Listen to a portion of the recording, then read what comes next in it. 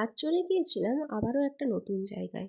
অবশ্য জায়গাটা নতুন নয়, কিন্তু আমার কাছে ছিল নতুন, কারণ আমি এটাই ফার্স্ট টাইম ভিজিট করলাম।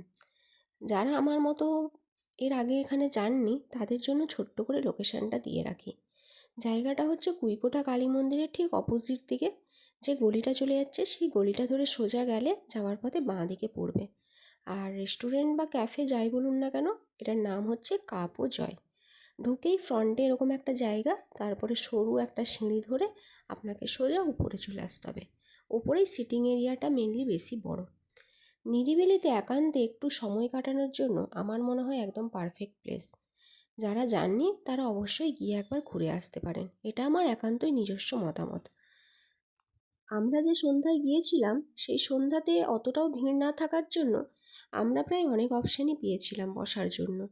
তো ফার্স্টেই আমরা অর্ডার করে নিয়েছিলাম 1 কাপ গরম গরম চা, আর সাথে কিন্তু বিস্কুটটা ওরা কমপ্লিমেন্টারি হিসেবে ফ্রিতেই দিয়েছিল, আমরা কিন্তু অর্ডার করিনি। আর তারপরে দেখুন এই 2 প্লেট চিকেন পকোড়া। সত্যি কথা বলতে আমি অনেক জায়গার চিকেন পকোড়া খেয়েছি, কিন্তু এর টেস্ট আমার কমপ্লিটলি ডিফারেন্ট লাগলো। পার্সোনাল মতামত অবশ্যই। আর তারপরে ডিলিশিয়াস মিক্স চাউমিন। আর তারপর নিয়ে নিয়েছিলাম একটু স্যান্ডউইচ। খাবারের কোয়ান্টিটি এবং কোয়ালিটি অনুযায়ী যদি আমাকে বিচার করতে বলেন 1 2 3 করে, তাহলে আমি সবার প্রথমেই রাখবো চাউমিনটাকে। সত্যি অপূর্ব স্বাদ, এই স্বাদের কোনো ভাগ হবে না। আর তারপর ছিল ডিলিশিয়াস সেই চিকেন পকোড়া।